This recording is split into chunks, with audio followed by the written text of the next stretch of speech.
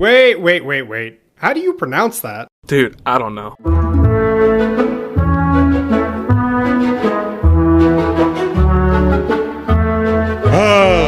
And we're live. I'm gonna I'm gonna bake you a cake and not give it to you for your birthday. Oh, well, fuck you too then, damn. Yeah. How about that?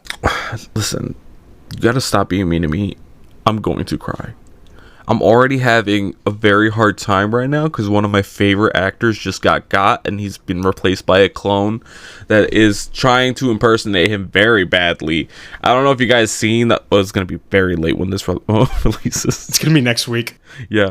Jim Carrey is not Jim Carrey no more. No. He got a lot of work done. He got his eye colors changed. He got his voice changed. Yep. Yeah, he's not looking great right now. Like his iconic, very modular face, the face we know that he can contort in any way, that's gone. All the Botox that this clone got done, he won't be able to do the same shit. So rest in peace, Jim Carrey. We loved you. We loved you in The Grinch. I loved you even more in Dumb and Dumber. I loved you the most in The Mask. Ooh, yeah, that's a good one. Listen, man. I hate to break it to you, but everything you just said is false. Jim Carrey is alive. He's in my basement. I'm just taking care of him. I had to hide him from, the pieces of shit tried to... The man! I had to hide him from the man. Big bro. I had to hide him from Big Pharma. From Big Pharma really wanted to get at him. I don't know why. Maybe it was because he kept saying like, oh, wait a minute. I know why. I had to hide him from Big Nestle and Hershey, all right? He was speaking out against, because let's be real, guys. I want to be real, because one of my buddies a long time ago kind of opened my eyes to this. When you really eat Hershey's chocolate, think about it, it's really kind of gross, like after a while. And he came up to me one time and was like, dude, Chris, I don't know how to tell you, but Hershey's chocolate tastes like stomach bile. Huh? Like, have you ever thrown up and you've gotten that like weird, like it's been a little while since you've thrown up, right? You've gotten that weird little sting in the back of your throat. There's like something back there and it just tastes off. It's like that acid. Next time you eat Hershey's, think about that. Just like a kiss or like a bar. There's a Hershey's chocolate upstairs. Go fucking get it right. Right now? Wait, no, fuck, he's going. He's running. Is it plain milk chocolate? I think so. Get it. Okay, guys, we're gonna test this right now. Okay, so I just got the Hershey's. Is it like pure milk chocolate? Pure milk chocolate. So once again, I'm gonna tell you the thing. It's supposed to like emulate it, there's just something there, and as soon as ever since I heard that, I'm like, I see that. Yeah, I just gave it a whiff, and I can kind of see where the area of what he's talking about. Take a bite. Let me do some ASMR here. Okay, this is my Hershey's chocolate. Your fingers are gonna be disgusting because of the heat of the chocolate. Shut the fuck up! I'm trying to do shit here. Now I'm gonna restart. This is my Hershey's taste review. Ooh, I heard that. I heard you snap it. That's why you gotta shut the fuck up. Oh, you can't hear the crunch. I don't know. Let me try that one. It's just an excuse to eat more chocolate. I should have done this with fucking Takis. There's just something there, isn't it? Yeah, I can kind of feel it. I think it's like it's combating right now with my already sore throat. Wait, so this is a wash. The scientific test is just thrown out. No, I can still kind of like gauge it a little bit. But, the scientists are mad at me and they're about to put me in a straitjacket. Can I, politely interrupt you for 1 second? Yeah, go for it. What's the name of the show? Oh, dude, welcome back to the Barely Literate Book and Movie Club, everyone. I'm your host, Nick. And I'm Chris. I almost said Nick because you usually go second. Oh, yeah, and you reminded me this time, so yeah. No, I was going first. It's been a little while. It has been. It's been a while. It's been, about 5 days for us. But, I've been playing a lot of Project Zomboid and Valheim lately, and I gotta say, after reading Dungeon Crawler Carl, it's really cool seeing the game mechanic systems of the HUD, the UI, and all these skills based stuff showing up in these games I'm playing. The inventory's not as is not as cool as the Dungeon Crawler Carl book, but in reality, What games have we really been playing the most recently? Oh man, dude, we've been playing a lot of zombies. We've been playing Black Ops 3 modded zombies for a long time recently, and honestly, it is my only escape at this moment of the pure absolute fucking nightmare that is my life right now. Yeah. Okay, let me open the because I want to give some shout outs to the maps we've been playing. Oh yeah, well first off, Cum City. Yeah, Cum City. Cum City is the best map ever. Who made Cum City? Yum Lord. Yo, of course. And then one we've been playing a lot lately is Maze Escape, which was made in 2024. No updates to it, by the way. It's a decent map. It is a really good map. What is the map that has consumed our lives for the last week and a half? Dude, we have this one called Murder Mystery, and this is probably the best map, like best modded map, like most detailed and replayable so far, because you essentially is based off like Clue. We have to go find murder weapons around the map, and they're cards.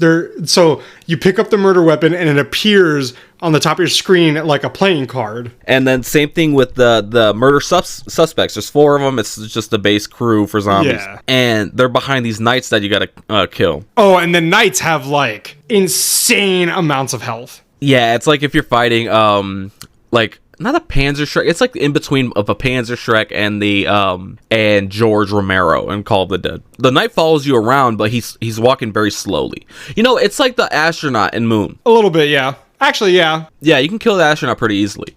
It just reappears. Also, fuck Moon. I'm going to say that. Yeah. Guys, I'm going to say that. I know that everybody fucking loves Moon. I hate it. I hate that map. I loved how crazy it was when I was growing up, but then when we were playing it again, I was like, damn, this map is very, very convoluted. You had to basically teach me how to play Moon, and I'm sitting there, I'm like, what the hell is going on? We did try to do the Moon challenge, the Area 51 challenge. We did, and we failed so hard. We were getting close. Strategies, but we were getting close. It's just ammo. We were just running out of ammo. It's so quick. You got to use the gobblegums to your advantage. So back on Murder Mystery, made by Jaybird632 on the Steam Workshop. Listen, Jaybird, if you ever listen to this for any reason, give us a shout out. Make another map, actually. This one's sick. We just keep getting caught up because we need certain items from the box to do a good run, and we almost had one, but I kind of fucked it up on the last bit, and Chris won't ever let me live it down, even though he died 11 times in that game. So this is the type of map where if you get set up early on, you can get it done. I don't know. It's another. Okay, so I'm not going to play devil's advocate here. I have an issue with not looking behind me that often, and I need to work on that, because I could train. Like, Nick has seen me bob and weave. You know, I invented the move. Not the best at it. What was that? Is it the slide jump, right? I am the one who invented the slide jump move, but my issue is I just can't. I fucking forget to look behind me. So. And this is the problem. On this map, there's a lot of things you can get stuck on if you're not paying attention. Yeah. Once you get down, because what's the highest level that we've gotten to? Like 28? I think it was 28. That's when we died that last time. Yeah, and we had everything. The thing that took us out is I got downed, and I had and we were like in the middle of a round, and Chris had to come pick me up, and I was like, all right. I got up. Chris said to watch his back, and I was like, okay, this area is clear so far. I ran to go get Speed Cola, and as I was running to get Speed Cola, 2 more zombies came out, and I was mid-sip, and I was like, oh no! And then I had the gun out, and I was about to shoot him as they got to Chris, and then Chris was like, no! And then died, and I was like, oh shit, I'm dead next. I legitimately pick his ass up, and I go, Nick, watch my fucking back, because I'm gonna deal with the horde you created. Meanwhile, You're like, I'm gonna go get some fucking Speed Cola, and then I fucking turn around, I'm getting my ass ate by 2 crawlers. And then we die. And I was just like, we just spent 2 fucking hours doing this. I was pissed. It was a bad day and a bad night to fucking begin with. I'm not gonna get into it. So what movies have you watched this week? Ooh, okay, so I actually did watch a movie. I'm trying to remember which one. Oh, Fantastic Four. Which one? First Steps, the new one that came out in the MCU. Because I thought it was just gonna be like, a Fantastic Four movie. yeah, I just didn't have my hopes up on it or anything. I thought it was gonna be like a fun watch, but it's just like, it's just another MCU. No, it was a really good watch. I really liked how everybody was portrayed, especially The Thing, because a lot of people were giving that actor a lot of slack because they're like, he's not doing the voice. The Thing has to sound like this. Hey guys, that sounds like Fat Albert. Yeah. As I was watching the movie, I was like, this voice fits for The Thing. Like, it sounds natural. I think it's just his voice. But everybody did great. I don't have Disney Plus, so I watched it in precarious means. But that's the movie I watched this week. Yes. What did you watch? I watched one movie this week as well, and you're gonna love this. It's called Cuban Fury. Cuban Fury. It is not a really famous movie. It is not like a fantastic movie. It is a very fun movie.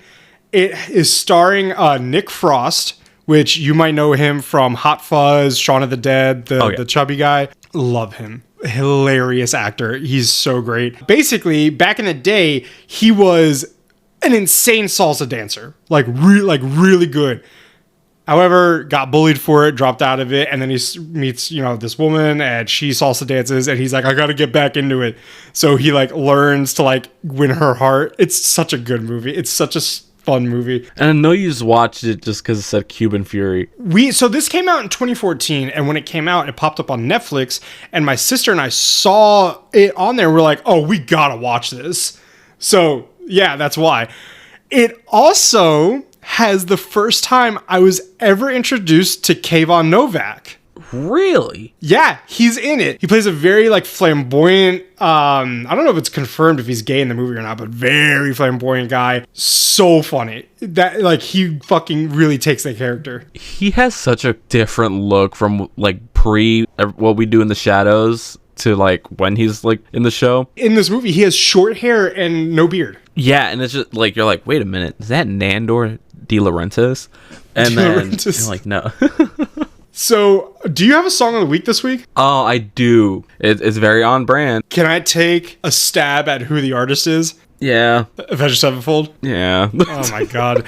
Boo! Get new shit. It's just, I've been listening to this song a lot lately, and I was like, damn, this is a good song. It's MIA from their album City of Evil. It's about a soldier's perspective on war and how they are afterwards, the guilt that they hold when they come back. Okay, is that your only song of the week? I think that's my only song of the week. So for me, I don't know why.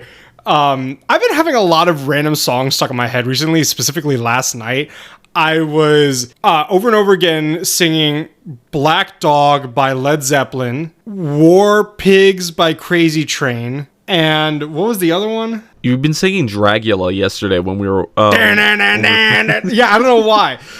Yeah, you're singing a Rob Zombie song while we were playing Zombies. I was like, this is... What? So, on my repeat, Miss Jackson by Outkast is up there. Sorry, Miss Jackson. Ooh, I am for real. Never meant to make your daughter cry. I apologize a trillion times. I've also, one song that's been standing out to me a lot is Christmas Truce by Sabaton. Yeah, you sent me that one. You sent me the music video. It's a really good music video. It's good. That's probably that's the song that deserves my shout out the most right now is Christmas Truce by Sabaton. Yeah, that's the only kind of metal you really like too, is that very epic, dramatic. You love Sabaton. You like I wouldn't say you like Windrose Band, but you're into that dwarven style. And then Ghost, which is arena metal. Arena metal, yeah. And I would consider it what is it? Is it either black metal or death metal because of the makeup and because of the pageantry? Yeah. Yeah, you're not really into the messy sound. You're more into grand. It's a grand sound. Actually, that's a really good way to put it. What I'm about to say is by no means a mean thing to say. It's just the only way I could put it right now. The metal that I like sounds more like music to me than heavy Yeah, you're not into the head banging. No, I'm not. And I'm more into the Okay. Yeah. All right. I can get with this tune. Yeah, like a fucking, white-collar dad with jorts and a polo shirt on with his son, like, picking out a lizard to play with. I don't know, man. And, like, he just goes and has a part of the house where none of the family is allowed to go to because he just, like, locks himself in there. And, it's covered in red lighting and torn up images and just... I'm gonna cut off this bit. we're gonna segue from there. Alrighty, so before we get into it, because we have been doing this for 30 minutes, I need to turn on my fan. I'm dying in here. We are here to talk about Dungeon Crawler Carl part... I almost said 7. If you want to recap on the last time on Dungeon Crawler Carl, listen to the last episode. Yeah, just do it. Just do it, That's how we get you. We have time to talk about Jim Carrey, Project Zomboid, Valheim, movies, and everything else, and music. We don't have time to do a recap, though. No, we don't have time to talk about what we're actually here to talk about. That's not part of the itinerary. Yeah, and if you want to see more behind-the-scenes shit, go follow us on Patreon. What? You could find both of us on Feet Finder. Oh, yeah. Mine doesn't have that many followers. Yeah, my WikiFeed score is actually pretty high. They took a point off from mine for the missing toenail. I was pissed. Well, yeah, you start off with 10 points for each toenail, and they gave you 9 because, like, well, shit, we can't judge that. God damn it! And then you couldn't even put a fake one there. I was like, no, because I'm not fake, man. I show the real deal. Like, all right, yeah, well, 1 point off. That's why I think you deserve more followers because you're real, man. You show warts and all. Warts and all. Alrighty, so we're gonna go ahead and dive right on in. Before we get started, do you have anything you want to discuss before I really get into chapter 37? This is crazy, dude. This is our second to last part of the series. We have one more coming up. Shut the fuck up! Hey, everybody! If you want to figure out which book we're gonna read next, make sure to stay to the last part of the episode. We could have done that right after I talked about how this is like. This next part is our last one till our next book, but no, no, because I know if I didn't say it, because if I didn't tell you, you wouldn't have known, and if I didn't say it immediately, I would have forgotten. All right, I'm real about my insecurities, man. All right. But yeah, No, we got one more part. We're on part 7. We got part 8, and then we're done with Dungeon Crawler Carl. And woo! If you wait till the end of the episode, you're gonna hear the next book we got going. Yeah, man, it's gonna be a hobbit of a good time. So, chapter 37.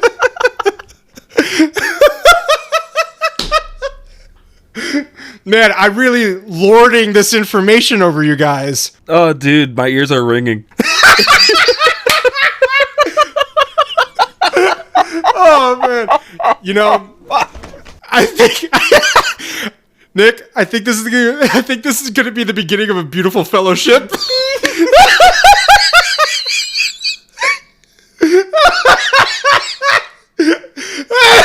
Oh man! All right. Oh fuck! I'm trying to think of a bit for Legolas, but I can't think of one. Oh man! Everybody over here is getting sets, and I'm over here Legolas. Oh my god. Oh. Chapter 37. One more. Okay, one more. What's one more? What's one more? Aragorn. Do Aragorn. Fuck, that one's the one that's stumping me up. What about what's Sean Bean? What's Sean Bean's character? I don't know. We're kind of losing our stride here. For the 4th time, chapter 37. Mordecai shrieked in rage, punting monsters out of his room. Get the fuck out of here! These were thousands of brindle grubs in the area. Dude, he was pissed. Yeah, and, like, he's not a bird anymore. He's a bugaboo, isn't it just a bugbear? Kind of like a bugbear, right? Yeah, it's kind of like a bugbear. And I think, I'm thinking concept art for Chewbacca. I was thinking of, like, if you took an orc and you gave it fur and maybe a little bit of a snout. Yeah. Or what about like a really musky... Okay, ready? You take, you know how the horse people that they said last time that are like, oh, they wear blue and they worship that one god, and we looked it up and they were basically the horse version of the werewolves from Van Helsing. Think of that, but like a bear. Okay. But like a fat bear, like a nice bear. And if we remember from last episode too, these bugaboos, do not run into them at night. All right, they will get you. Here's what you're gonna do. You're not gonna go out of your house. If they ask you to come here in an alleyway, don't do it. If they offer you a drink at a bar or a party, don't do it. Yeah, cover your drink around them. Think of bugaboos like frat guys. Yeah, I never trust frats. No, I don't need to pay for friends. I'm sorry, people, if you are in Greek life. There were thousands of brindle grubs in the area, and they were overflowing through the open door of the tutorial guild. Mordecai tried desperately to throw the creatures out. Normally, monsters or threats would be teleported out of the guild automatically. But since the grubs weren't attacking, the system didn't classify them as a threat. Eventually, he managed to wrestle the door shut and manually teleported the remaining grubs out, finally clearing the room. I want to know how long he took trying to get the brindle grubs out before he remembered, oh, I can just teleport them out, close the door. I was about to say, like, do you think he has, like, very minor admin abilities to, like poof? Oh, yeah, 100%. I think it would be, it'd be isolated to, like, his realm, you know? Okay. Like, that's where he would be able to do those kinds of things. Carl stood by, wondering what the hell had just happened. After scanning the system, Mordecai determined that they were being spawned in. This is really funny in the book because, like, Carl's like, are they getting spawned in? And Mordecai's like, let me check. He goes through the fucking, like, the action logs for that day. He's like, those bitches. Yep, they're getting spawned in. And Carl's like, yeah, no shit, I just said that.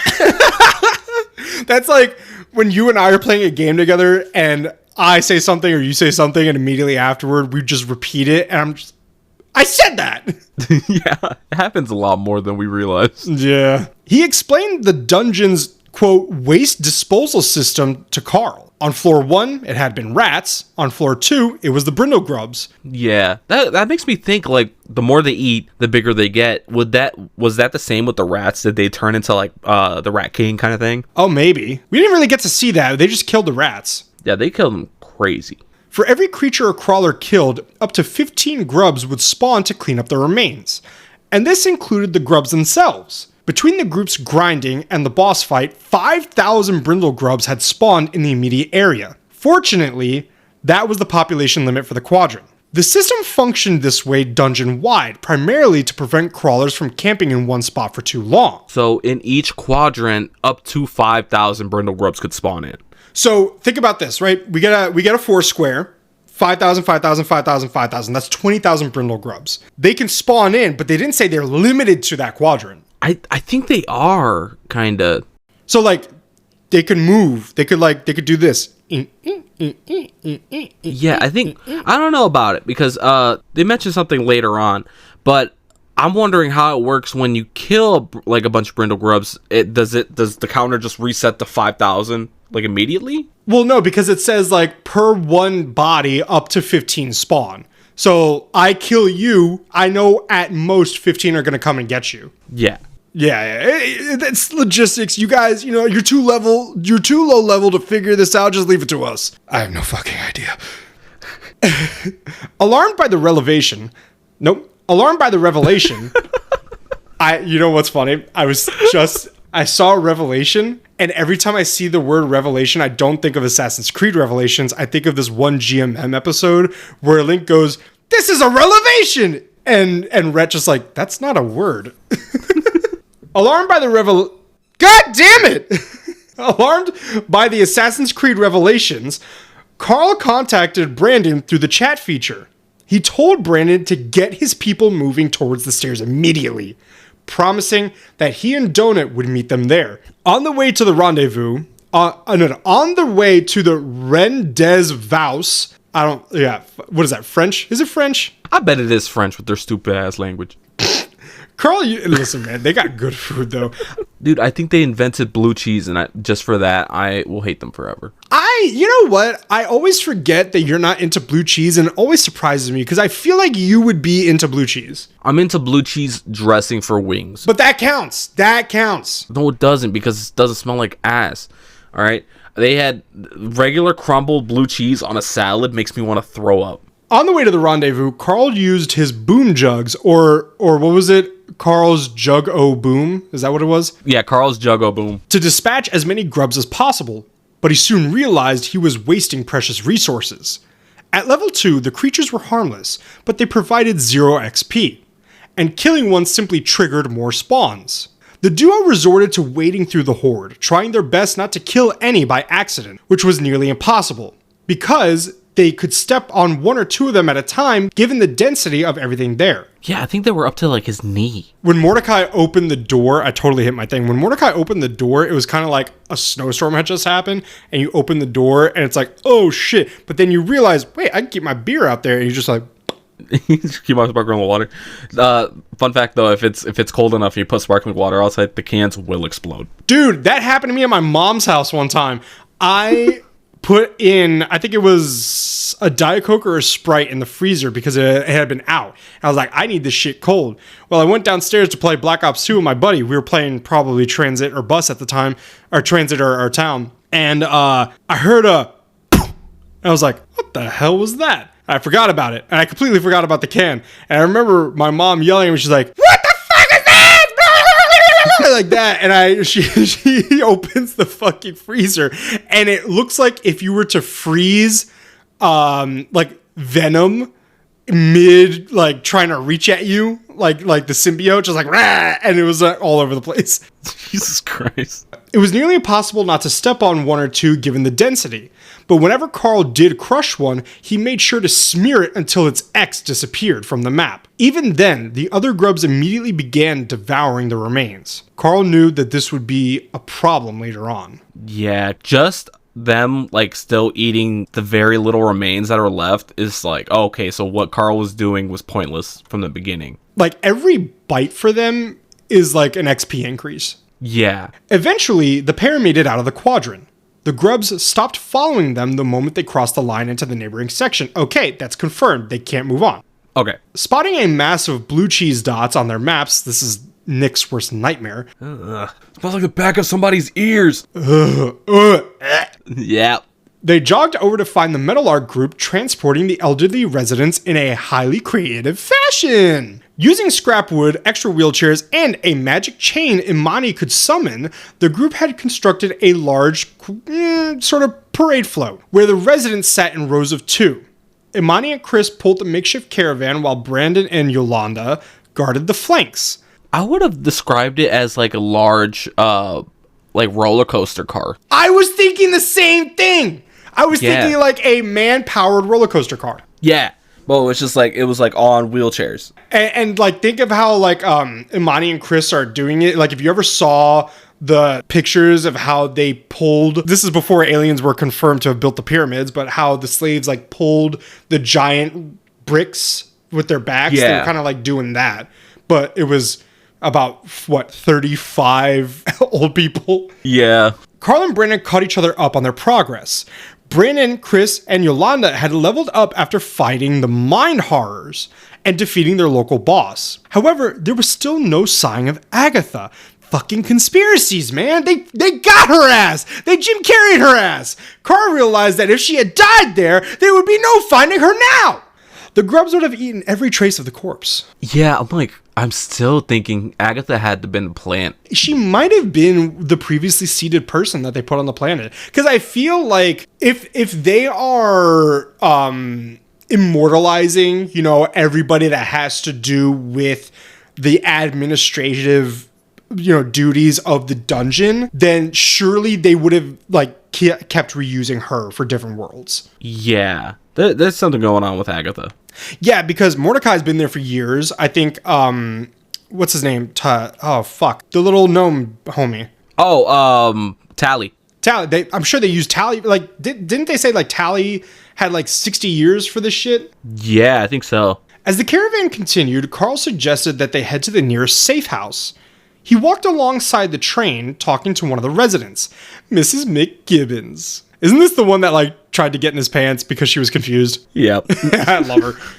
She told him the ride reminded her of the Tunnel of Love she used to frequent with her late husband. When the 99-year-old woman began hitting on Carl, Donut burst out laughing.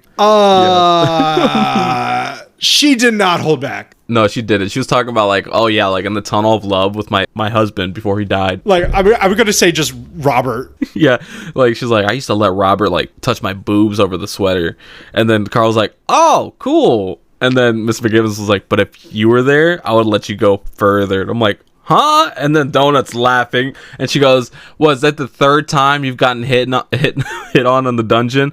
My next bet is it's gonna be like an old hag, like witch. Then it just confirms that Carl is like a hunk. Yeah, he's just hot. Carl looked at her, saddened by her age. A quick death back in the Waffle House seemed more humane than forcing them to go through this ordeal. Donut eventually hopped up to lay on Mrs. McGibbon's lap as Carl moved to the front to speak with Brandon. Brandon thanked Carl for all the help that he was providing, even at the risk of his own progress. Carl shrugged, stating, if we get to the point where we don't help each other anymore, that's when we stop being human. Our lovely fish girl, Zev, appears in his mind. Carl, that's great. Can you say that again? But this time, don't cough. Goosebumps tingled on Carl's neck. Being watched and followed was one thing, but having someone comment directly into his mind was deeply unnerving. And here's the thing.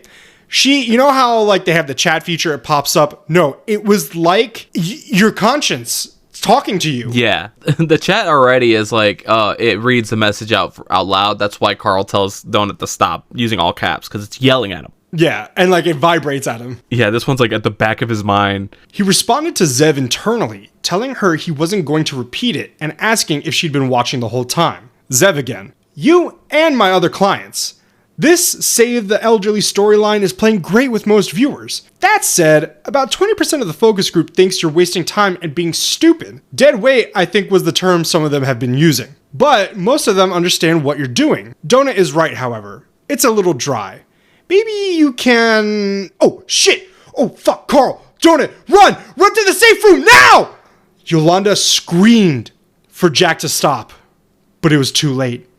Carl turned to see the old man standing up in his section of the train, using Mrs. McGibbon's chair for balance. His pants were down at his ankles, dick swinging, and blissfully pissing directly onto the dungeon wall. And guys... that's like the equivalent in the situation of using a screwdriver to fuck with the demon core. Yeah. Yeah. Like, I just saw a reel earlier about it. I was like, damn. Bro. like, holy shit, man. Yeah. If you don't remember from...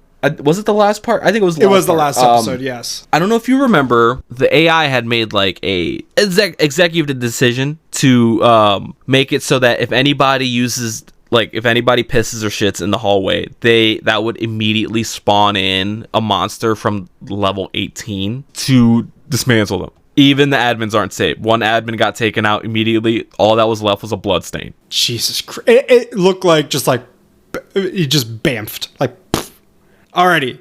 That was the end of chapter 37. Chapter 38, take it away, my lovely companion. Chapter 38, read by your favorite Puerto Rican. I gotta ask now, this just popped in my head. Let's say, and we could do a vice versa situation on this. Let's say I'm a crawler, I come in, all of a sudden, you are the Daxter to my Jack. What animal would you be to want to assist me in this whole situation? Oddly enough, because I'm gonna go with smaller animal, right? Because you know me, if I were to choose any animal, it would be a gorilla, right? But I'm gonna play it fair, about the same size as a cat or as Daxter. I'm gonna say you have to choose the max craziness you can go would be like exotic pet or farm animal, like something somebody could have access to. I'm not gonna say like a fucking dragon. I'm gonna say this is my first pick. Raccoon. Ooh, that's a good pick. Yeah. That's a good pick. I might have to steal that. So yeah, I think it fits for me in our dynamic. Yeah. What would your animal be? You know, raccoon is a really good answer, but I can't just like take that from you. And I would choose bear. Yeah. It has to be a common enough animal.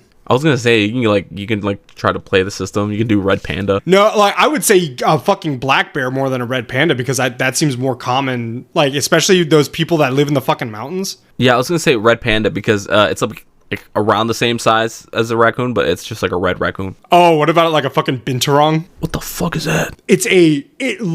Okay, basically take a red panda, dip it in India ink black like dye, make it look like it went on a week-long crack binge, and it smells like butter popcorn because of its pee. All right, let me spell that out. Binturong. Yeah, that seems about right. How was my description on that? It's very good. I like this bearded one that I just found. This one looks like it's been through shit. Yeah, he does. It looks like his hair is slicked back. Overall, like, these are cute looking dudes. They are, and I think they're pretty passive. Or I could go full, like, rodent route and just say a possum. I was gonna say possum if you're gonna do rodent route. I could be a possum. I don't know if possum fits you though. I would say I'm gonna go staffy. A staff? No, a bully XL, an American bully XL. Yeah. The dumb looking ones. All right, now I'm thinking about the pissing rule, and how is Lucia Mar with the 2 Rottweilers doing? Oh, because they're peeing everywhere. They're not conscious like Donut. Maybe it's because they're crawlers. Like, the rule is for crawlers only. Okay, yeah, that might be true. Like, they're part of her party, but, like, I don't think they're considered crawlers. I don't think it's crawlers only because admins got taken out. Do you think it's sentient? We gotta figure that out. Alright, chapter 38. The next couple of seconds seemed to happen in slow motion. Donut was the first to react, leaping at Jack with her claws out, as if she intended to decapitate him. She really was like... She was about to kill him on the spot, but... she changed course midair and instead rebounding off his shoulder to launch herself a few platforms down the train. An arrow sprouted from Jack's head a moment later. Yolanda had been forced to shoot him, trying to stop the violation before he got the rest of the group killed, but it didn't matter. She hadn't been fast enough. Just a little dribble is all it takes. Oh my god, yeah. Dick was already out anyways. I think that's a violation on its own. Smoke began to rise from the puddle on the ground. Oh, God. Carl ran toward the back of the train, desperate to reach Donut and the residents closest to the rising vapor. Up front, Chris and Amani picked up speed. The safe room was only 100 feet away. It was like Spawn coming from hell. Yeah. One of the residents, Randall, was launched from the train, landing on the ground with a sickening crunch. From the hissing purple and black smoke, the monster began to coalesce, just 10 feet behind Yolanda and Randall. Yolanda fired 2 more arrows at the beast, but they did nothing to its health bar. Jesus. The 15-foot-tall horror was composed of a swirling dark smoke. It possessed 6 legs, each ending in large obsidian claws that seemed to be the only corporeal parts of its body. A badger skull with massive goat horns and glowing red eyes sat atop the mass.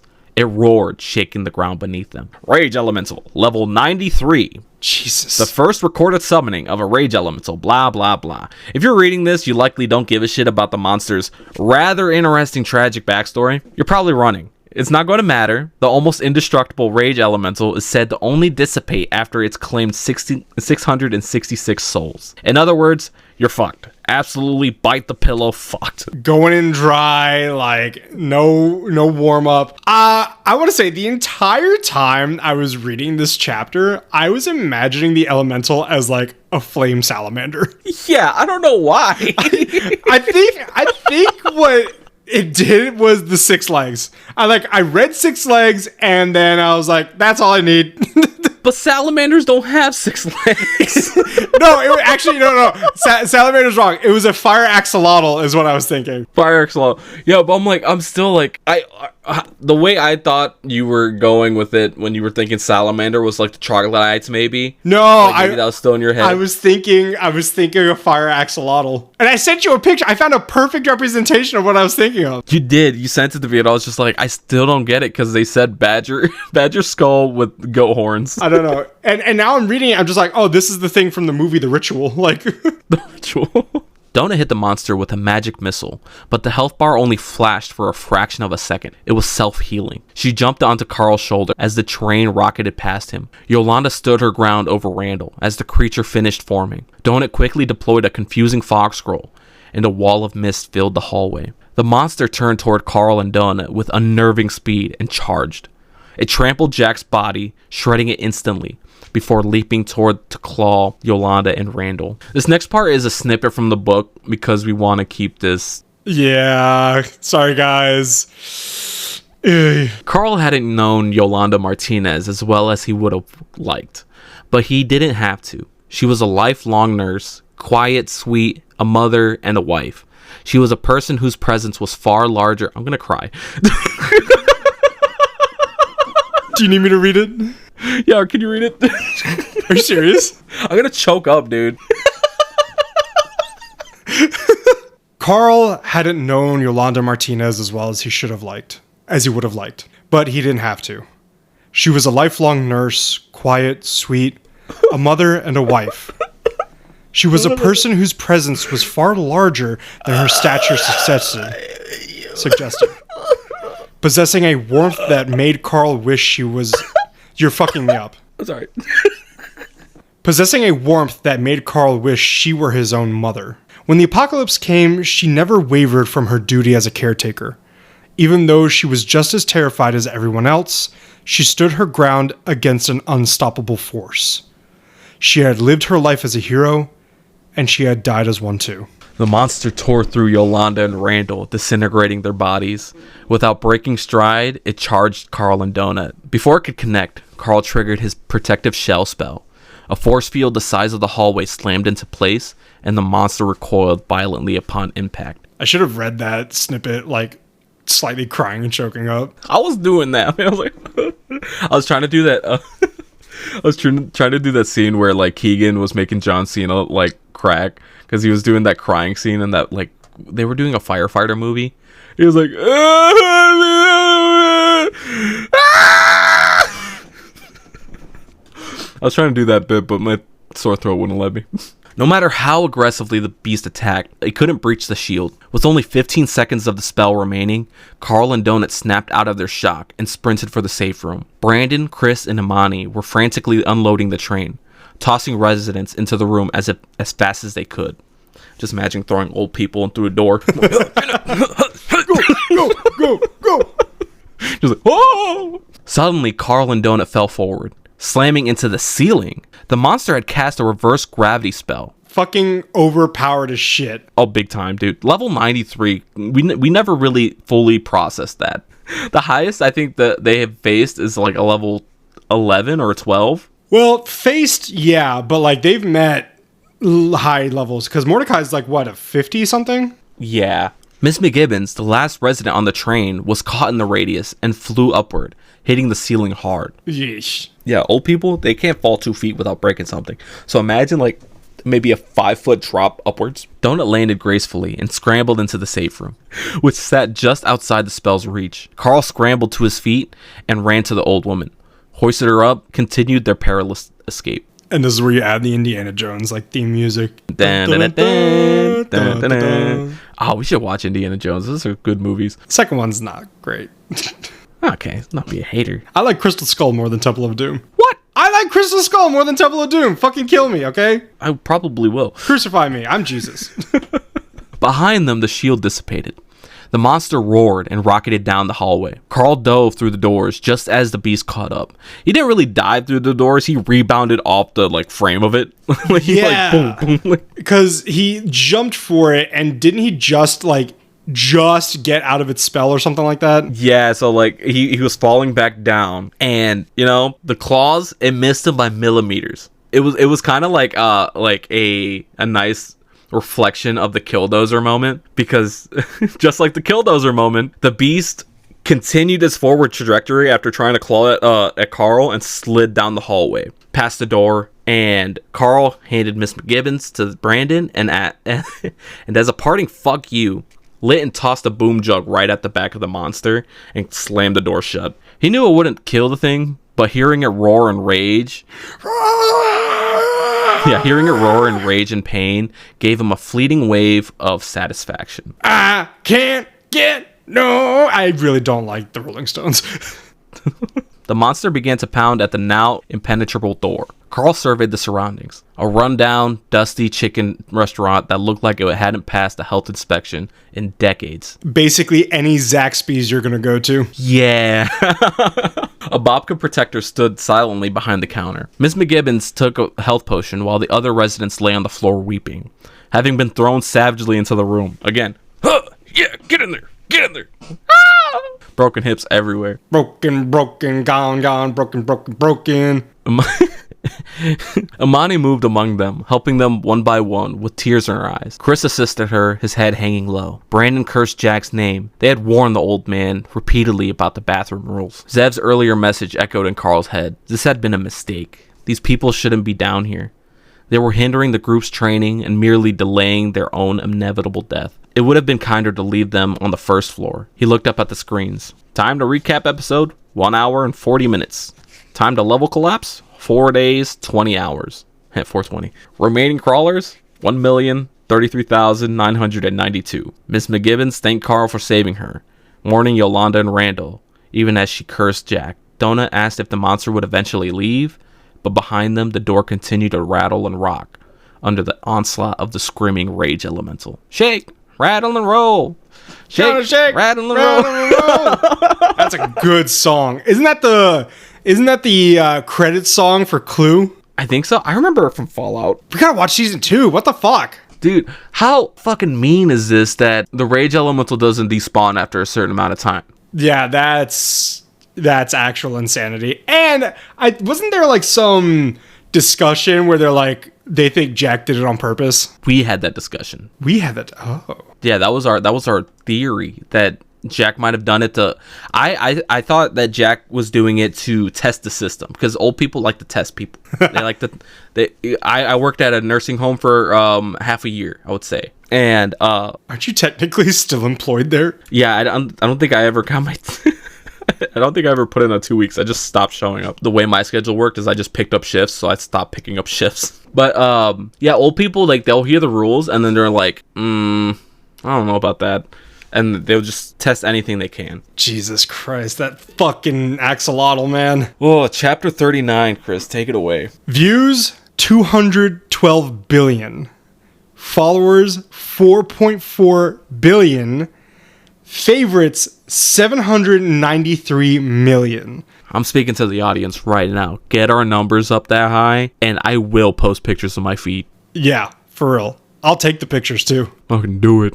Chris got good camera. Any pose. The recap episode started with a jarring close-up of Jack's purple, veiny, and uncut dick projected huge on the screen.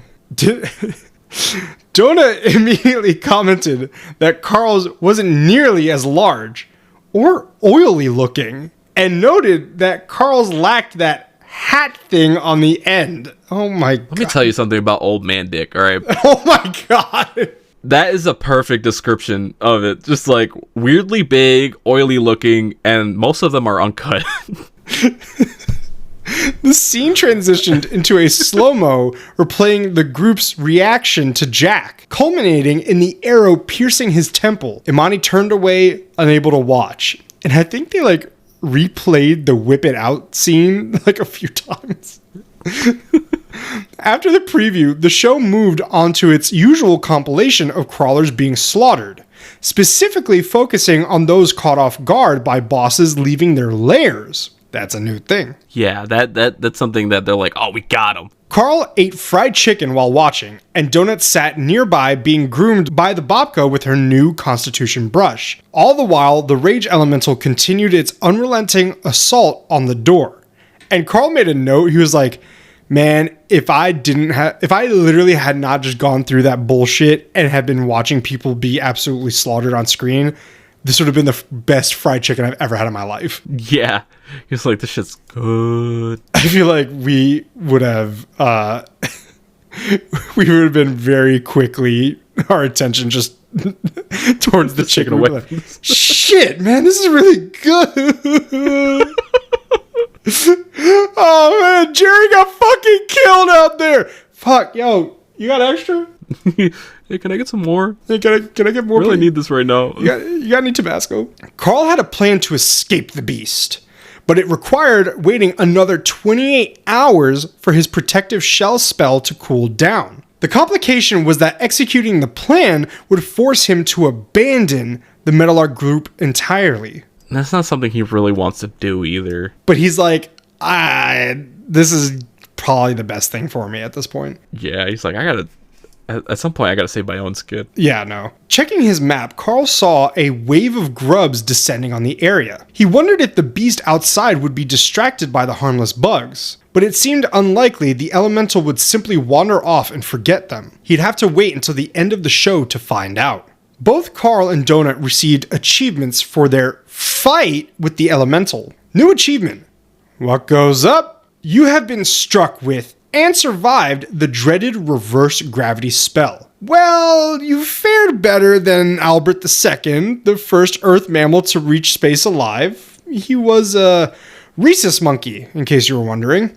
He went up just fine, he just didn't stick the landing. Reward, you cannot tell people you're more durable than a monkey named Albert. Yeah, I just heard some.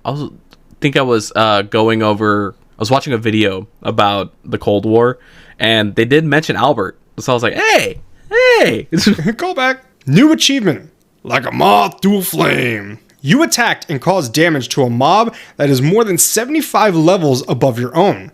The fact that you're reading this suggests you're the luckiest fucker in the dungeon. Just remember, luck goes both ways.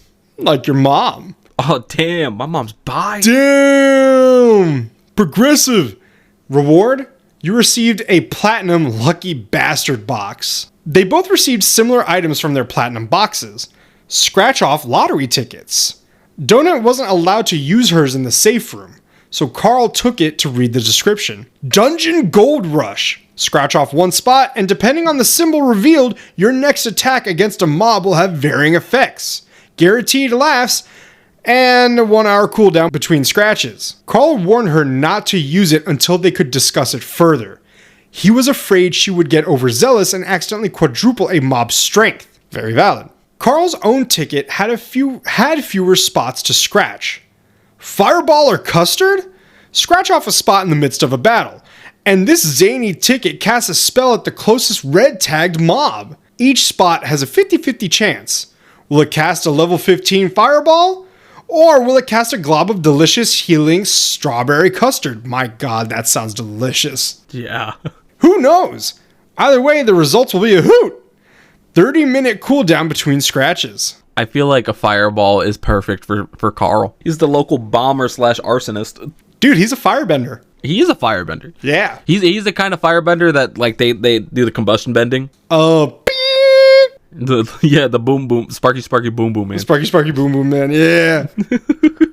The description made Donut crave custard, so she had the babka prepare some. As she ate, the disaster porn half of the show concluded, and the next segment began. It featured the group from Africa, now completely out of ammo. Lucia Marr and her dogs, Lucia Marr and her dogs, now sporting 4 player killer skulls. Damn, this is like a 13-year-old. That kid is a psychopath. What the fuck? And the Valkyrie woman and her ever-growing group of female warriors. Donut admired the woman, wondering if she and Carl could link up with them. But Carl suggested he might not be welcome in that particular group. Oh yeah, big time. He's gonna get slaughtered. Oh dude, death by snoo snoo. Oh, big time. No, not even. They're just gonna fucking murder him. The show replayed the Jack incident, followed by their frantic escape to the safe room. It showed the footage of Carl throwing his boom jug at the creature. Carl noticed that when he hit the elemental with his...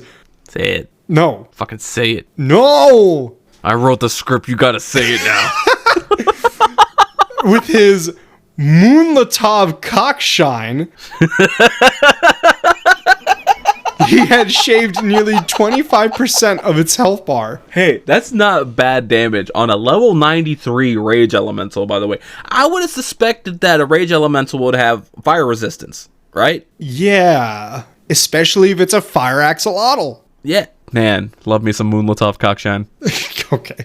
The episode ended on a cliffhanger with Donut asking if the monster would ever leave. Chris commented that Jack's dick was really weird looking, making Amani laugh and cry simultaneously. Then, the post-episode announcement began. Hello, crawlers. Short message today. The dungeon is humming along nicely. Thanks again for your support. We have a lot of interest already in the new patron bidding program, so please keep up the good work. We have a few changes to announce. If you've watched the recap episode that just aired, you can see that our penalties regarding the bathrooms have been a rousing success. The penalties will remain in place for the remainder of this floor, but I'm happy to announce that they will be removed upon the collapse of this floor. Thank you everyone for your cooperation. The Satan's Little Hedgehog's mob have been removed and placed on a deeper floor. Their armor-piercing quill attack has been deemed too strong for this floor by the system AI. Apologies to all those affected. We've had a few complaints about the proliferation of the grub mobs. This is not a bug and is by design. Finally, due to the abundance of crawlers camping in safe rooms upon the collapse of the first floor, we have been forced to make a difficult decision. From now on, all safe rooms and safe areas will close 1 hour prior to floor collapse. Any crawler who is in a designated safe area will be teleported to just outside that area 1 hour prior. And as always, kill, kill, kill! I fucking hate these game runners, dude. These game masters, like... I tried to use the most annoying voice for that. Oh, and it worked, man. You did it perfectly. Imagine surviving, and then you're like, God kind of comes over the loudspeaker, and he goes, "Hey guys, we're killing you very great right now, and we appreciate your support right now." And you got to remember, the Brandt Corporation is actively trying to kill the crawlers as fast as they can. Yeah. And so hearing about these bugs and mistakes that they're making with the mobs, they're not mistakes. They're designed to try to get away with it, but they have to fix it if the syndicate catches on, because they will get penalties. Fucking guys. This system is fucking rigged, dude, and I'm like... It is! It's shit! It's caca bullshit, okay? Big time caca bullshit. Carl met eyes with Brandon, both thinking the same thing. It was time to give up on keeping the residents alive. I think, conspiracy theory, I think that they're gonna lose a lot of them, but some of them are gonna make it to the shape change, and then they're gonna get like, yeah, now we're a group again. You know, like you said, like Mrs. McGibbons is gonna make it, and she's gonna transform into this hot bitch, and she's gonna be like, Carl, you saved me. You'll get it soon, don't worry. And then she's gonna beat the shit out of a bugaboo. You know what? I'm into this. I'm into this theory. I would like to think that the residents are gonna choose either the cutest option or the most dangerous option. Outside, the pounding stopped. It was eerily quiet. On the map, the rage elemental was hunting the grubs. In a single minute, thousands of red dots vanished. Even if they tried to run, the beast would have caught them. But soon it returned to the door. Carl noticed something new on the map near the stairs. 15 dots labeled Grub Pupa Stage, with a 10-minute timer ticking down. He thought back to the show and the damage his boom jug had dealt. Then he remembered something that the goblin shamanka Rory had told him. He pinged Donut in the chat. The plan had changed. They weren't going to wait for his shield to cool down. He told her to follow him as he was starting to clear space in the corner of the restaurant. Brandon asked what he was doing as Carl began pulling items from his inventory. Carl had an idea, but it was going to require everyone's help. And specifically, he could not say what his idea was. Chapter 40. Now on to chapter 40. Yeah. Yeah. Like the like the synchronizing on that. Yeah. Hours later, Carl put the finishing touches dude, on your his throat's new- fucked. Okay. You shouldn't be doing that. Hours later, Carl put the finishing touches on their contraption, spraying Moab on the side, MOAB. Brandon corrected him, stating that Moab actually stands for something else, but Chris told him not to be that guy. I knew a fucking dude like that in high school, man. Me too, man. They always make you want to feel like you're dumb. Brandon decided he was going to call it the bomb chicken instead. To him, it made more sense. They stepped back, admiring the work. Brandon asked if Carl truly thought this would kill the beast. They stepped back, admiring their work. Brandon asked if Carl truly thought this would kill the beast. Not a chance, Carl admitted. The elemental was a level 93. He's reassured them that the babies, quote unquote, would slow it down, though. When Brandon questioned the point of building a device that couldn't kill the target, Carl simply replied that it was all part of the plan. Carl couldn't say his plan out loud, not even in private chats. He was about to exploit a bug in the system, and he couldn't risk the AI patching it before he could enact on it. Think about this, guys. What did the shamanka say to him? What did she say? Pause the podcast right now, go back to part 2, and listen to that episode. Step 1 was getting into the hallway safely. This was the most terrifying part. He had originally planned to wait for more grubs to distract the beast, but while they were building the device, Imani suggested to just open the damn door. Since the monster would be attacking them from inside the safe room, it would be teleported a short distance away by the room's protection. After some testing, they figured out exactly how much time they would have before the elemental made it back to the door. When I was reading that, I at first was like, oh shit, she's suicidal at this point. She's like, I don't care anymore. Just open the fucking door. She gave up. But she was like, no, just open the fucking door, dumbasses. It really is like Ooga Booga caveman brain, where like the guys are trying to make it so much more complicated, and then all you need is somebody from like the outside force to be like, guys, just fucking open the door. Like in D&D, when you spend like 4 hours trying to open up a fucking door, and the DM's like, it was never locked. It was just a push. Yeah, it was just a push door. The Moab was a tall trailer attached to the back of Carl's copper chopper, designed to deploy a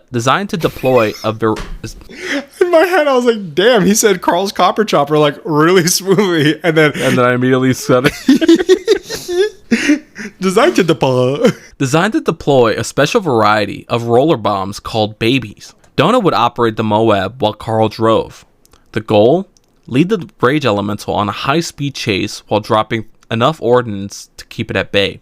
They opened the door, letting the elemental take a swipe at Carl. The monster was immediately teleported away, and Carl pedaled off on his chopper, speeding toward the intersection. Donut spotted the elemental heading back. They had to ensure it saw them. The monster was a quarter mile away. It stopped and looked in their direction. It shrieked and began the terrifying gallop. Panicked by its speed, Carl hit the throttle. Yeah, Carl was like, holy shit, that thing's fast, because that thing was like... It has 6 legs. It's like... The bike could hit about 25 miles per hour before the boiler got too hot. The creature was faster, and it could run them down in seconds. Carl ordered Donut to fire the first baby. They had different versions designed to keep the monster outside of the radius so it didn't hit its reverse gravity spell. Donut retrieved baby Uno from her inventory and sent it down the Moab slide. Listen, I get why they're calling it the what is it? The boom chicken? What was it? When Brandon called it a bomb chicken. Yeah, but like I like Carl's joke more. It is they're calling the bombs babies, and he called it the mother of all bombs. I think it's funny. Fuck you. Yeah. I think it's funny too. Donut agreed with Brandon. She was like, yeah, boom babies makes more sense. Or no, wait, bomb chickens makes more sense. I'm like, no, but it's funnier to call them babies. Yeah. Like, shut up. Because Carl blew up a bunch, remember? Oh, fuck. I forgot about that. Carl's a straight up war criminal. Yeah. Baby Uno was a heavy hitter. 3 boom jugs, a clay jug of goblin oil, and a small jar of gunpowder. Carl had placed the last of his hobgoblin pus in the center of the manual detonation. Other variations include boom jar babies, shredder babies, and the oh shit babies. The latter consisting of 2 boom jugs, a full-size gunpowder satchel wrapped in dynamite. Carl kept the oh shits in his own inventory for safety. Yeah, because he couldn't trust Donut to not fuck it up. He's like, this shit's a nuke, alright?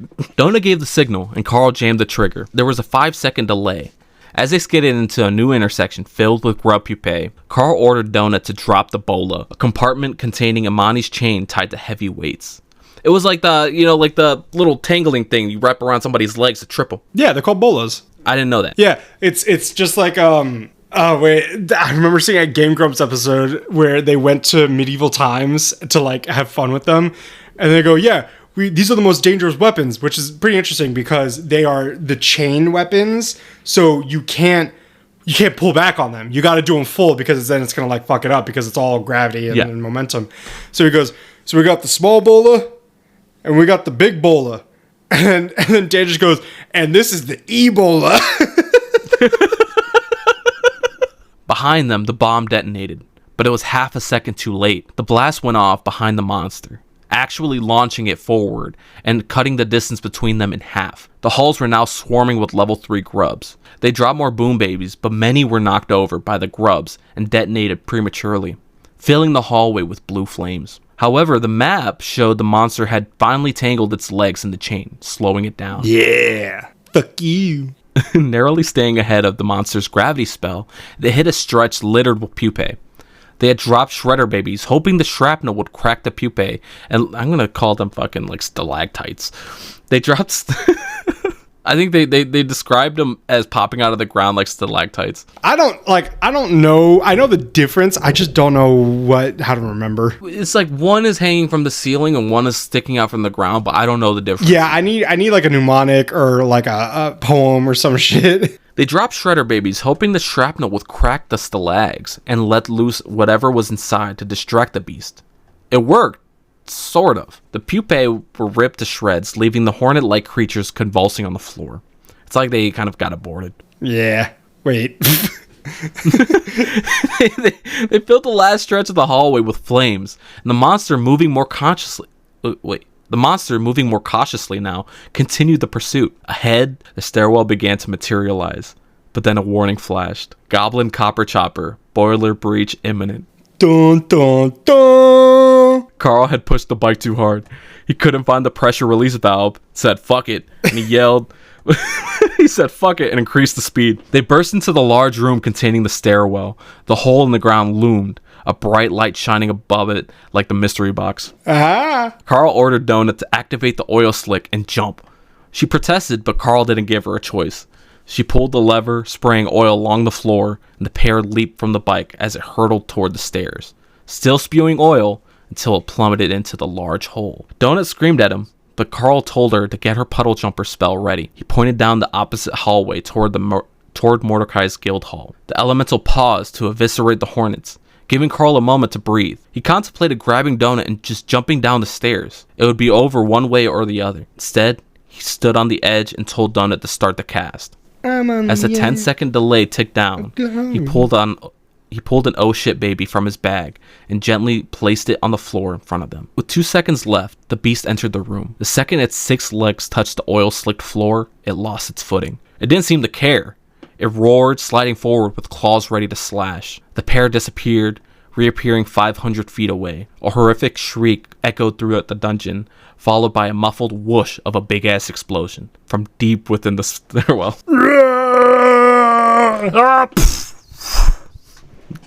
I can just imagine like the like once again like that fucking Oppenheimer thing where they just saw the bomb go off, but then they're hit with the wind after that. It's like Carl looked at the map. The red dot disappeared. Relief washed over him so hard that he began to tremble from the adrenaline, and he sat down on the ground. Have you ever had so much adrenaline that you were shaking? Yeah, big time. It's fucking crazy, dude. It's anytime you like defend yourself from somebody that's accusing you of something, you're like, can you like, I'm sure there's a really easy answer to this, but like, can you take adrenaline? There's adrenaline shots, right? yeah, it's epinephrine. I just want to take one. No. I just want to take one. I want to take one, and then I want you to accuse me of something that I'm actually right about. Ooh, that's gonna be easy too. And like gaslight the fuck out of me. I'm gonna take like 3 adrenaline shots. I'm gonna end up like Bane. I'm gonna start running. And I'll catch up. As soon as you take the first step, I'm like, all right. You're gonna get in your fucking car, and I'm actually gonna like catch up. Yeah. Carl, Donut was outraged. We didn't get any experience, Carl. You broke the game. I'm not gonna do the voice. Carl explained that they didn't get XP because they didn't kill them. Do you want me to do it? Yeah, you do it. Let me do the setup. Donut was outraged. We didn't get any experience, Carl. You broke the game. Carl explained that they didn't get any XP because they didn't kill it. He recounted what Rory the Shamanka had said. If we climb down, I'm gonna do the spooky like the flashback voice. Oh yeah. If we climb down the stairs, we die. You get halfway down and your body just dissolves. The system didn't appreciate the maneuver. No XP and only a few meager achievements. It didn't matter. They were alive. Carl stood up with a groan, feeling like he had been awake for days. He pinged Brandon in the chat, telling him to bring everyone to the stairs before the way becomes unsafe again. Jesus. They just took out a level 93 Rage Elemental. Can you imagine if they did get XP from that? Oh fuck, dude! I think they'd be like level 50. Fuck. Actually, that's really. I'm actually really curious about how much XP they would have actually gotten from that. Alrighty, chapter 31. Time to level collapse. 4 days, 6 hours. Views. Jesus, guys. Let me break it down for you. Okay, all right. Let's go back to how many views they had in chapter 39. Yes. So, how many views did they have in chapter 39? 212 billion. How many followers? 4.4 billion. Okay. How many favorites? 793 million. All right, guys. Keep an eye on that last one. In chapter 41, views 1.4 trillion, followers 352.2 billion. Favorites, 21.4 billion. God damn, dude. They're going gangbusters on this. Yeah. That is such a jump. Mordecai is probably like low-key jealous. Like, fuck, man, I didn't get this many. Carl and Donut still had plenty of moonshine left. They tried to torch the remaining pupae in the large room, but there were simply too many. They concluded they just needed to get out of there. Unfortunately, their travel options were limited following the destruction of the copper chopper. Oh, that's gone. Yeah, that's just gone, man. It's gone. Carl hoped that they could find another group of goblins to help them out, or better yet, find something more reliable. About 40 minutes after defeating the elemental, the Metallark group entered the stairwell chamber. They had put together a less elegant transportation system than the train, people buckets, which were essentially large homemade shopping carts. Yeah. Still like 4 people per shopping cart. Yeah, it's like picking them out of the fucking Goodwill bins and just taking them. Yeah. Brandon noted that they didn't even need directions to find the stairs. They just followed the scorched trail the pair had left while fighting the elemental. It's like, I think they went this way. Yeah. Like scorched, like charred to hell. Something's telling me, and I don't know what it is, but I think we could trust it that way. I think it's that one. I think Left or right? I think it's that way. The left pathway is like completely spotless. The right one's filled with bodies and charred husks. Like, I think it's that one. You know what? We usually don't go in that direction, but I think we should this time.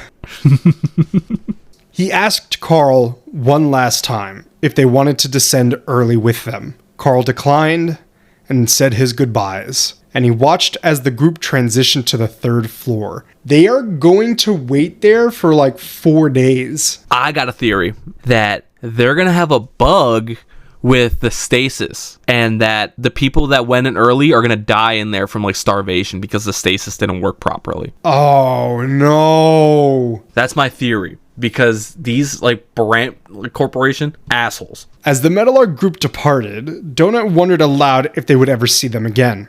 Carl did not have an answer. They set their sights on the quadrant populated by kobolds and set off, hoping that the hornet monsters hatching from the pupae would stay in their own territory. Kobold Rider level 5. Here's an interesting fact. The DNA of a kobold and the DNA of a chihuahua are almost identical. I'm sorry, I mispronounced that. The DNA of a kobold and the DNA of a chihuahua are almost identical. That should tell you almost everything you need to know about these yappy little assholes. Small and angry, they think they are bigger than they actually are. There is nothing more terrifying than a pack of these little bastards charging at you across the battlefield. At least in their own minds. But don't underestimate them either. They are fearless, they are intelligent, and they will fight first and ask questions later. Their mounts, the danger dingoes. Those you should probably worry about. What is this voice you're doing there? I don't know. Carl thought back to the last time he had played Dungeons and Dragons while in the Coast Guard. Fuck yeah. See, dude, that's just revealing the Coast Guard's not doing anything. They're just playing D&D. Exactly. Maybe I should join the Coast Guard. Maybe we should join the Coast Guard. The kobolds in that game were lizard-like, but here they looked like armored chihuahuas. They were the same size as the little shits, but stood upright, wearing chainmail made of beer can tabs. Most were armed with gnarly spears wielded like lances. Now, this is the second form of media that describes kobolds as looking like dogs. First one being Delicious in Dungeon. Yes. So what's up with that? I hear kobold, I think little alligator gremlin. You know what's crazy? I think of dogs. Is that because of Dungeons and Dragons or Delicious in Dungeon or? No, I don't know. Here's the thing. I think my reality's fucked because I feel like kobolds are dog, but like in modern fantasy, especially D&D 3E and later, kobolds are almost exclusively depicted as small reptilian or draconic creatures. However, they originated as dog-like or rodent-like creatures in early D&D 1 and 2E. Interesting. With the dog person interpretation still commonly found in Japanese media and anime. Oh. Why did they change that? Maybe because I feel like the lizard one makes more sense. But there's so many like scaly lizardy things like arguably goblins and orcs. They all have like the big toothy, like there's not a lot of real looking animals. So like kobolds I could be getting behind. That's weird. I gotta look into that a little bit more. Dogs riding dogs. Donut spat as a pair of riders charged them. I've had nightmares like this. She fired a pair of magic missiles at the mounts, causing them to shake, rattle, and roll. Shake, rattle, and roll. Launching their riders. One rider snapped its neck on impact. Carl punched the other one mid-air with his gauntlet. One dingo leaped at Carl, pinning him and snarling. But then they look into each other's eyes and realize they're actually not that much different from each other. And slowly they steal a kiss. But Donut jumped on its back, ripping at it with her rear claws before leaping away to shoot at the second dingo. Carl commended Donut on the kills. She was getting much better with her claws. Finally. Donut mentioned she thought she might have a bonus against canines and noted a racial benefits tab that had briefly appeared in her menu. Yeah, because she's the only crawler at this point that is a different species. But like the way that she said it, she was like, it was there, but now it's gone. I'm like, shenanigans. My theory there is that this is not implemented in the game yet. It's supposed to be for level 3 and up. Oh. So they're like, shit. She really shouldn't be knowing this, but at the same time, she is a different race than every other crawler. I feel like if she is a crawler and they gave her the racial benefits tab, giving it to her would make it be like, oh, that's nothing. It's just like because I'm a cat. Yeah. Actually giving it to her would cause less attention to it. Interesting. Yeah, this is all sorts of fuckery from the game masters. Not only is this like they're changing so many things about the game for this season, there's also different aspects about it that are different. Carl checked his own, but seeing nothing, moved on to a nearby safe room. This safe room looked like an industrial kitchen with the appliances removed. This is just a kitchen from the Overlook Hotel. I've been getting these ads on my IG from like, what is it, Webstaurant and like Costco business centers where they sell commercial kitchen grade shit. And I am trying to convince in-house analysts to let me get a stainless steel table. Oh, that'd be cool. It was unmanned, but contained the standard screens, bathrooms, and sleeping cubicles. It also featured a drinking fountain and something new, a metallic toaster that dispensed free mana toast. Limit 1 per crawler. Mana toast. This is toast. It refills your mana. That's it. Nothing more. Fuck you. Well, that was unnecessary, Carl muttered, giving his toast to Donut.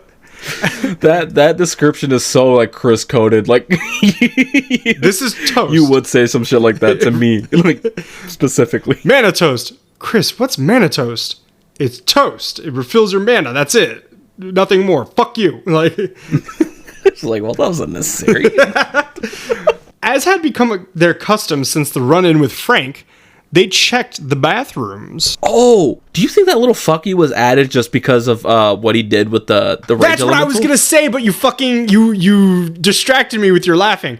I think that the AI is pissed at Carl. Yeah, he was like that has that kind of messaging at the end. That was a serious fuck you, not like a rage bait like kind of thing. So the AI is like legitimately mad at him. Someone had been there recently. All the toilet paper was gone. I feel like somebody's hoarding Wait a minute, but they each got their own paper, didn't they?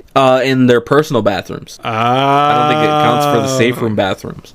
People are stealing shit like in 2020. Oh my god, this book was written in 2020. Oh no, shit. That's with all the toilet paper shit now. We're on to you, Matt Dinneman, you crafty bastard. Oh my god, dude. That's amazing. Mukta, admin, crawlers, Carl, and Princess Donut. You are to be transported to your interview in 10 minutes. Prepare yourself. Who the hell is Mukta? Mukta. Mucky. Come. Donut. Who are you? Where's Zev? Mukta. Your outreach associate has been put in a timeout. She will return to you tomorrow. I am your substitute until then. This is all in the chat, by the way, guys. Carl checked the time. They had 8 hours until the next episode aired. Something was wrong. Carl, we weren't supposed to go for another couple of hours. Mukta, Administrator Zev had you scheduled on a program called Dungeon Crawl Tactics. I have overridden her decision and picked a better program for you. This one is paying a higher fee. Do not worry. It is similar to the other one. It is still a roundtable style, close enough at least. They still offer gifts to the participants. Carl, we were promised the right to refuse interviews. I do not want to go on this one. Mukta, you seem to be under the impression that you have a say in this, crawler. Donut, what did Zeb do? Why is she in a timeout? Donut was so fucking panicking. Why is she in a timeout?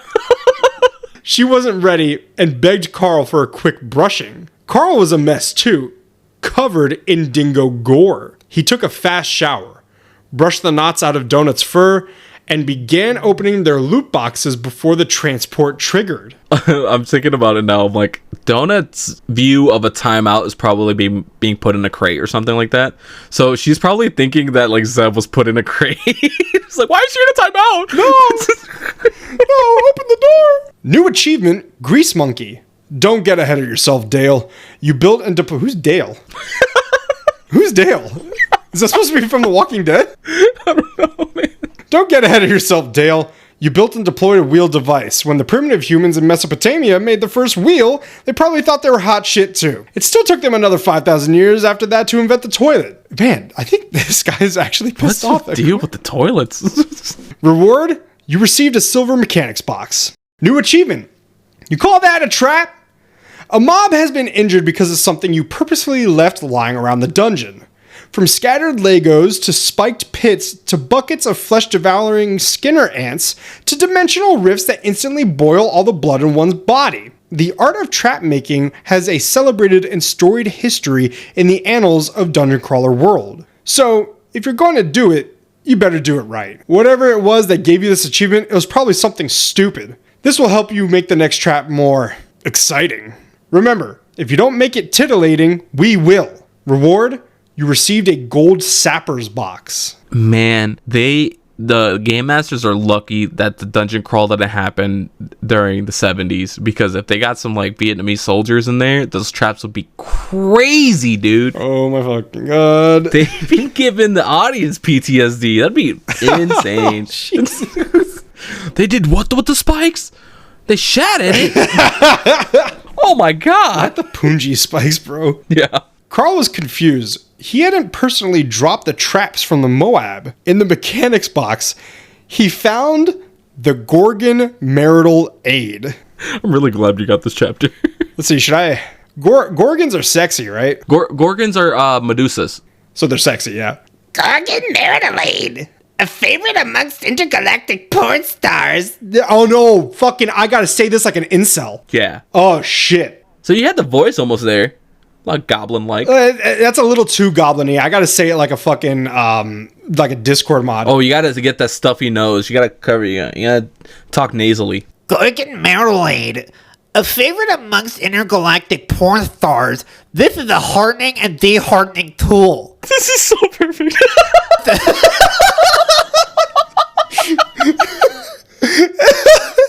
Why? It's the perfect insult voice. Why is it that I can only do the voices if they're like shitty? Fuck. May only be used as a workbench. Assist in fusing joints or creating varying degrees of plasticity and other rigid materials without affecting material strength. Sorry, I've never actually talked to a girl before because they just all have it out for me.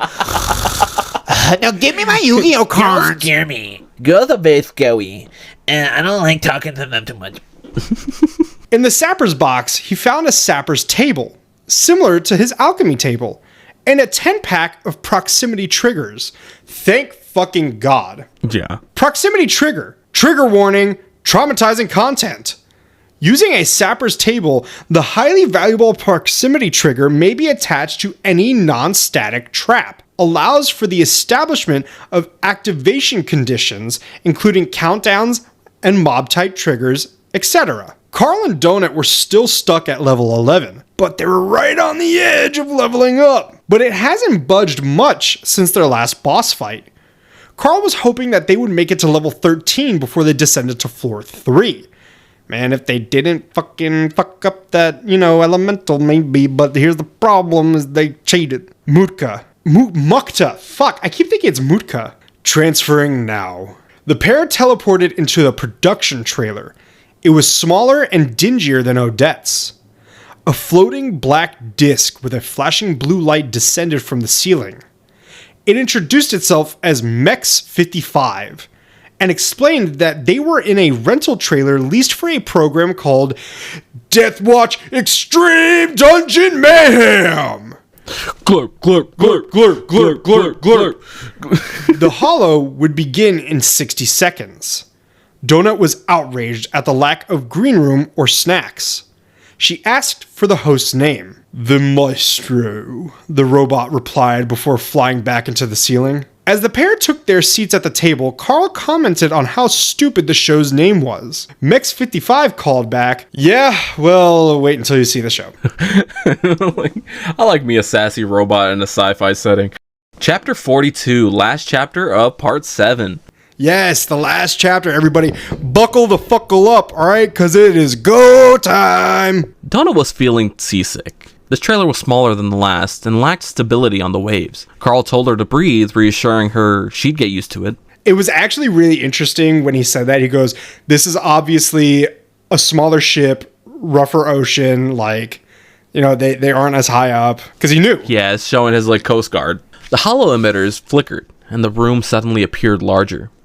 The table extended into a long, curved surface with chairs lining it. To Carl's left sat a massive chair made of dark wood with a velvet cushion and armrests crafted from pig skulls. This guy is... Okay, we were... I'm going to adjust my mic really quickly because I really want to get in your guys' ears for this situation. We were joking about doing the incel voice before.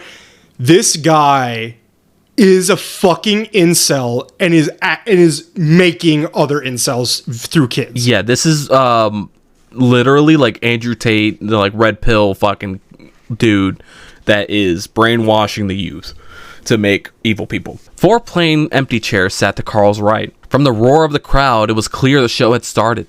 Though the host was not yet visible, Carl realized that they were currently invisible to the audience as well and wouldn't appear until announced. The crowd was chanting, "Die! Die! Die! Die! Die! Die!" Carl couldn't see the feed, but he assumed it was a playback of some poor crawler's demise. Carl scanned the crowd. The audience was similar to Odette's, but with a glaring difference that made him uneasy. They were mostly young male teenagers. Oh my god. He warned Donut that the vibe was going to be different, but she waved him off, focusing on her interview persona. Suddenly, the host appeared mid-sentence as a notification flashed to Carl. On air soon. Be ready. The host, the maestro, was an orc. He looked like a tuskling, but instead of a farm pig, he resembled a humanoid wild boar. And this orc was described as he had a gold chain that shined in his bristling a black fur, and he had a button-up shirt that was buttoned halfway, and he had earrings.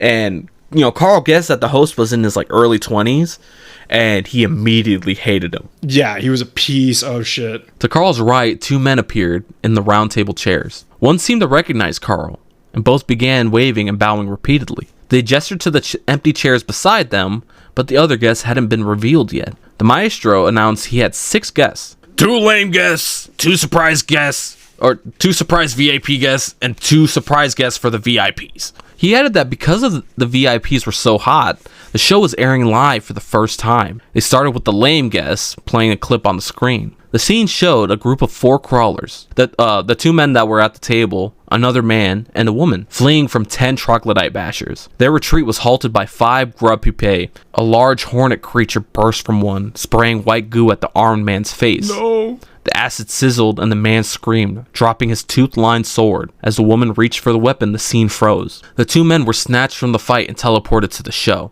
The displacement of the air sent the sword sliding another foot away from the woman in the frozen frame. The men, scared, acne-scarred Li Jun and the bald Zhang, appeared to the mix of cheers and jeers. The maestro explained they were part of the segment called Death Watch. We pluck crawlers from certain death, the maestro explained.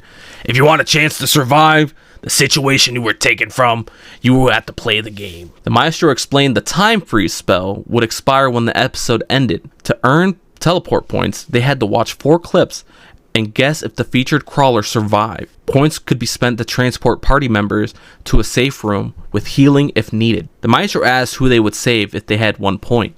The woman, Li Jun's sister, Lena, or their warehouse manager. Zhang refused to answer. As the game began with the clip of a woman fighting a giant beaver, Carl had seen enough. Fuck this, he said, standing up. He refused to participate.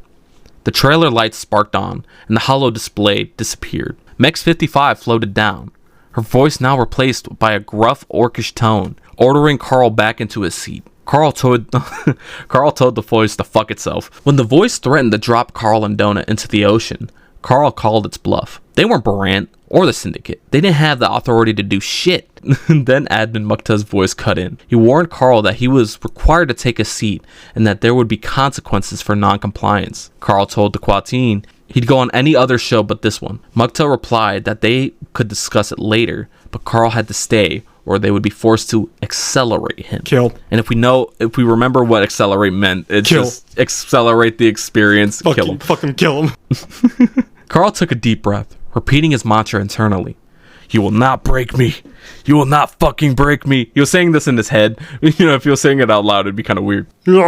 He asked if there was any consequences for speaking ill of the host as long as he participated. Mukta confirmed that he only paid for the appearance fee, nothing else. Carl agreed to stay on one condition. He wanted to be put on air before the Death Watch segment finished. Crafty little bastard. Carl's doing something. He's scheming. He sat back down. Donna asked what he was doing, but he told her that he'd be doing the talking this time. The holo flickered back on, and the 2 men had only earned 2 points for their 4-person group. They had to choose who lived. Li Jun chose solidarity, stating they would all fall together.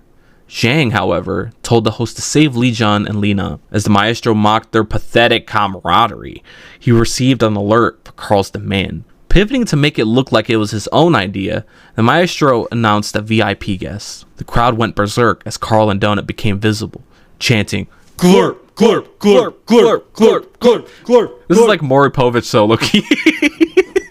And the maestro was pissed too. He was like, fuck her. Yeah.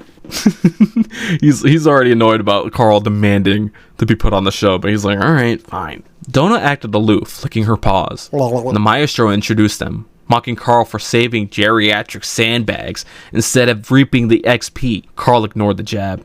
I want in on the game, Carl said. I want to play Death Watch. The maestro, caught off guard, tried to explain that wasn't how it worked. Carl interrupted him. He told the host that if he was going to fuck with people, to at least make it fair. Damn right. Use the teleport points to send him and Donut down into the fight. Shit. Yeah. The crowd loved it, chanting, glurp, glurp, glurp, glurp, glurp, glurp. The maestro was seething as he lost control of the room. You fucking bitch! Carl kept poking. He looked at the empty seats next to the men. The maestro had mentioned surprise guests for the VIP, and Carl had a sneaking suspicion who they were. Who do you think they are? I had a theory at first, and then I was like, okay, here's the realistic one. But I have a theory. I had a theory at first, but I want to say my like true guess. Okay, what's your true guess? Should we say it together or should I just say it? Say it together. Okay, on go. 3, 2, 1, go. Frank and Maggie Mai. Frank. Yep. Yeah, Frank and Maggie. I didn't remember her name, but yeah, it's Frank and Maggie, definitely. But my B. theory, it's B. It's B and her ex that she was on the trip with. Piece that of would shit. be messy. That at that point, I'd be like, Maury. I really hope it's B and that other guy. I really do too. Now, despite our theories, he kept the pressure on the host to keep him off balance. Seething, the maestro suggested that maybe he should send Carl and Donna down there and transport the other 2 party members away so they had no backup. Maybe I should fucking shit, huh? But Carl smiled. You're too much of a pussy to do it. I dare you. I want to take this guy's toilet paper, rub it all over house insulation, and then shove it back on the roll. But I love Carl's just like, too much of a pussy. I dare you. Because he knows. He knows something. No, that's like us. Okay, in this situation, that's like us. You and I have this show. We get an insane guest, and we have to basically do whatever they say. The thing is, like, Carl's like rage baiting him this hard just because he knows that these guys like paid a lot of money to get Carl and Donut on here, and they don't have the authority to just like mess with the game like this. Also, because they are making, like, Carl and Donut are making Borant money. So like the 2 guys that they have playing Death Watch, that's like cheap. Like they could afford to mess with them like that. But with players like Carl and Donut, if they tried to do something like that, Borant would like get in there quick because they nickel and dime everything. The host looked so mad, Carl thought he was going to cry. Knowing how bullies react when rage baited, Carl leaned over and whispered a quick set of instructions to the 2 men. You don't tell me how to do my own show, the maestro bellowed. He's starting to cry though, so I was like, oh wait, you don't tell me how to do my own show, the maestro bellowed. He slammed a button, sending the men back. For a moment, the scene remained frozen except for the 2 returnees. Zhang grabbed the injured manager while Li Jun grabbed his sister. As the scene unfroze, the group sprinted past the Troglodytes, who were busy being swarmed by the brindled Vespas, is what we find out what the Hornets are called. so what? Okay, I don't know what this is. What is a Vespa? I know a Vespa is like a moped, but like a brand of moped. Is a Vespa another word for like a bee? Let's see. I kind of, when I hear Vespa, I think of that small plane from GTA. It might be like a bird or what? Hell no. It's a type of hornet. Fucking really? Oh, hold on. You sent me something. Yo! Oh my god! Is that a murder Hell hornet? no. Jesus Christ. Oh, okay.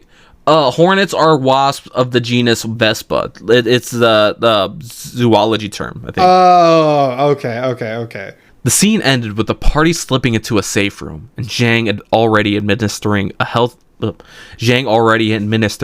potion to the manager. The video cut out to a mix of cheers and scattered applause.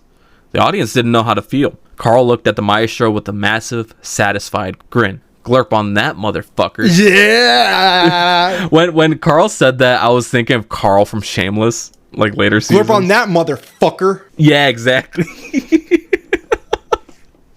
And that concludes part 7 of Dungeon Crawler Carl. Yes. 1 part to go. 1 more episode. Thank you, ladies and gentle fish, boys and ghouls, Nazguls, bookworms, and movie buffs for listening to yet another episode of the Barely Literate Book and Movie Club. If you enjoyed the show, please give us a follow and rate us 5 stars on Spoofy. I think, what was it, 5 glurps, I think, would be this episode. Yeah, 5 glurps. 5 glurps. Remember, we release a new episode every Monday, and now they are being posted on YouTube. If you want to find us on YouTube or Instagram or TikTok, basically any social media, just look up Barely Literate BMC. And if you want to hear about our next book read, definitely check out our Instagram. Or just listen to the rest of this episode. Yeah. And while you're at it, you can follow me on Instagram and Twitch. I am at Jericho, JARICKHO. And you can follow Nick on Twitch and Instagram at Gooberino16, GOOBERINO16. Now, I did want to ask all of you a question. We've been talking a lot about like Black Ops Zombies and games and stuff like that.